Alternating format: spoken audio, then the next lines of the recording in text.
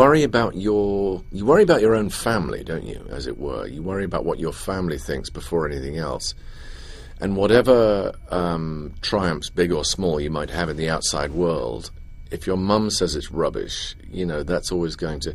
And so that's how it feels with your fellow countrymen, you know. If you think that they see through it, or they resent it, or they don't, for some reason they don't like it, that does sort of weigh heavily. But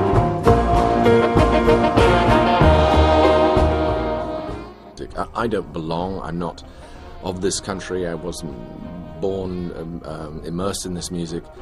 I've immersed myself throughout my whole life, but that still doesn't really count. You know, when you're having a green card interview, that doesn't really count. To say I've listened to a lot of Screaming Jay Hawkins records, that question didn't come up for some reason.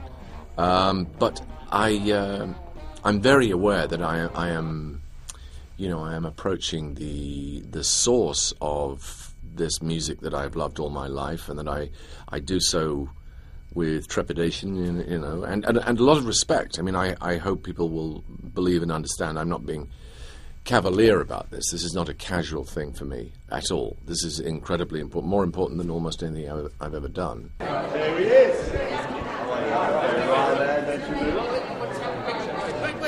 I'm very well aware of the fact that I caught the attention of a record company because I have a sort of profile in. And making a record is an expensive thing, and if you're asking someone to invest, they've got to have a reasonable chance of, you know, that I understand all that. I did once upon a time write a novel, and I wrote the novel under another name and submitted it under another name, and wanted to publish it under another name, but was talked out of it by a publisher who actually sort of started banging his head on the desk. He was sort of started rocking forward. He said, if you knew how hard it is to get people's attention in the publishing world, and I don't think the music world is any different, actually.